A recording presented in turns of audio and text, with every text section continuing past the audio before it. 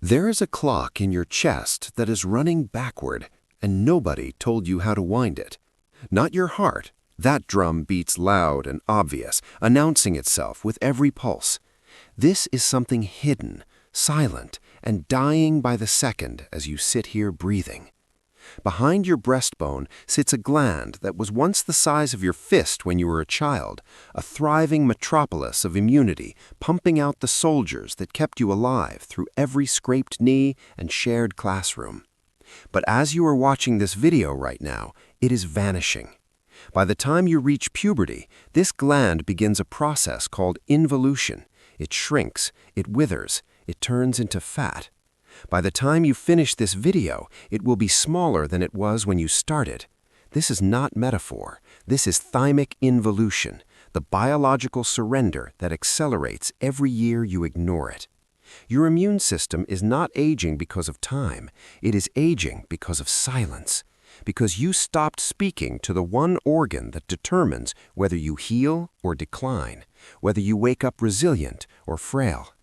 But 3,000 years ago, before gene therapy, before stem cells, before the pharmaceutical capture of immunity, masters of the internal arts discovered a back door into this process.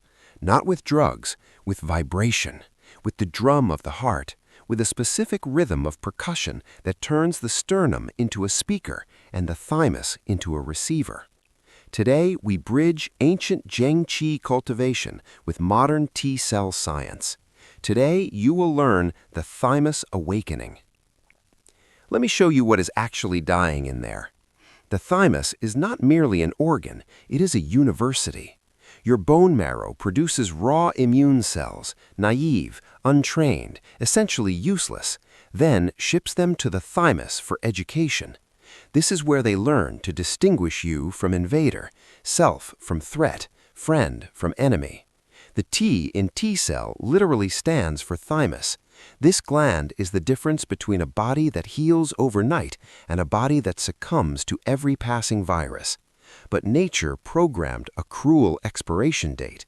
Starting at puberty, the thymic epithelial space, the actual classroom where your immune cells learn their craft, begins to collapse. It is replaced by adipose tissue, fat. By age 40, as you are sitting here, your thymus is a shadow of its former self. By 70, it is often undetectable, lost in a sea of yellow tissue. And your body stops producing new naive T-cells entirely. You are left with memory T-cells only, old soldiers who remember past wars but cannot recognize new enemies.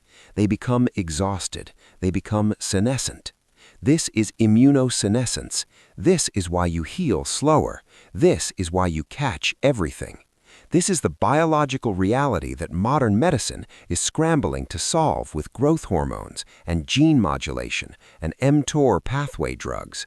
But while scientists patent solutions in labs, the answer has been sitting in your chest, waiting for percussion. The ancients knew this gland by different names. In traditional Chinese medicine, the thymus region is the seat of Zheng Qi, upright Qi, guardian Qi, the energetic shield that protects against external pernicious influences. When a Qigong master thumps his chest, he is not performing superstition. He is stimulating the lung and heart meridians, breaking up stagnation in the sea of Qi, attempting to reawaken a shield that has gone dormant.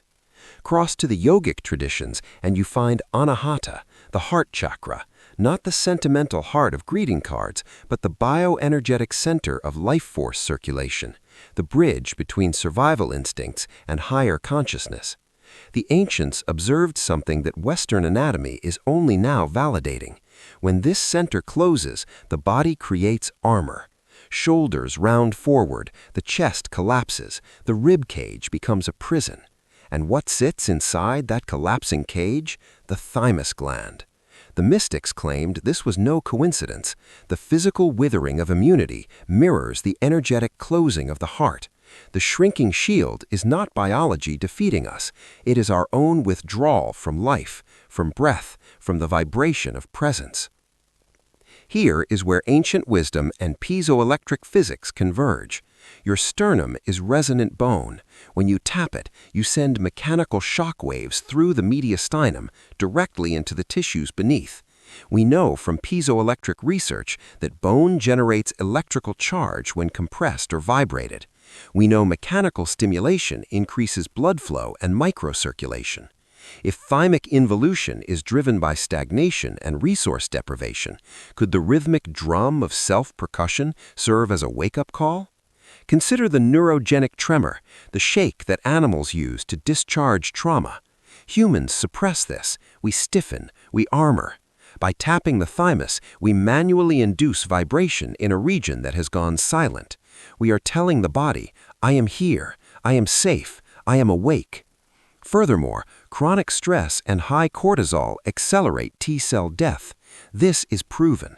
If your chest tapping lowers your stress response, if it shifts you from sympathetic fight or fright to parasympathetic restoration, then you are stopping the chemical assault on your immune system. You are not hitting bone, you are knocking on the door of your own nervous system. Now the protocol. This is the Thymus Awakening, derived from the 3 thumps of energy medicine and Zheng Qi activation practices. First, you must open the cage. You cannot activate a gland that is physically collapsing under protective posture. Stand or sit with spine erect like iron, yet relaxed. Roll shoulders back. Expose the upper chest. You are signaling to your biology that you are not afraid, that you are willing to be vulnerable, that you are present. Find the spot. Locate the notch at the base of your throat. Move down approximately 2 inches. You are now over the manubrium of the sternum, the roof of the thymus. Use fingertips or loose, soft fist. This is not aggression, it is percussion. Begin tapping. Rhythm is crucial. Some prefer the waltz of the heart. 1, 2, 3, 1, 2, 3.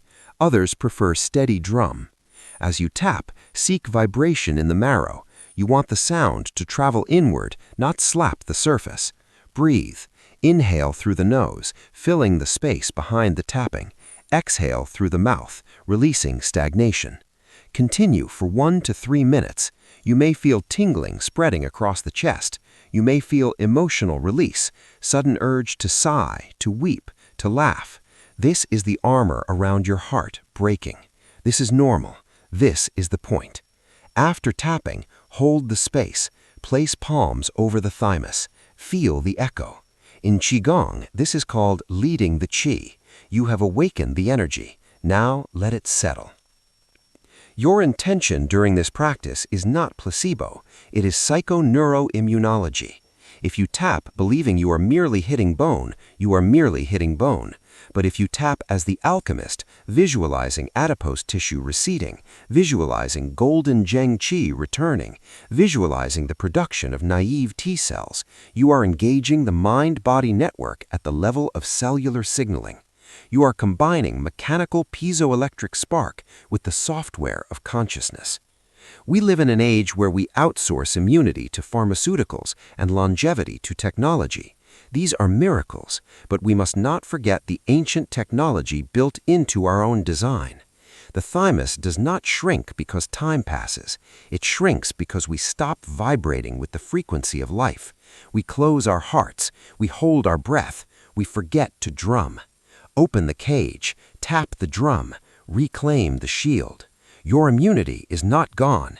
It is sleeping, and you now hold the rhythm that wakes it.